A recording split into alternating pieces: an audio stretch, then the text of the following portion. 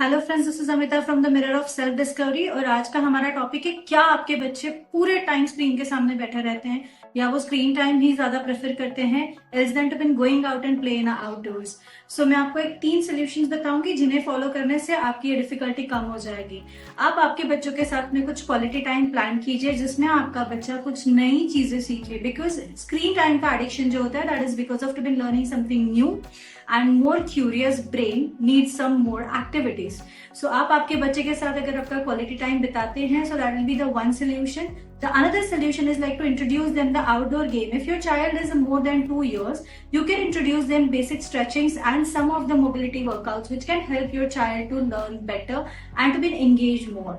The third and the most important is the questions. If you can ask a lot of questions to your child, it makes your child's brain more curious about even gaining more knowledge. So he'll be more busy with his thinking styles and patterns, and because of that he can be more focused towards to be learning something better. So finding out the solutions for the screen time is playing a good time with your child. The another is to be reducing the screen time and expose them to the outdoor activities. And the third is to be giving them more and more questions based scripts which can help your child to develop better. Thank you.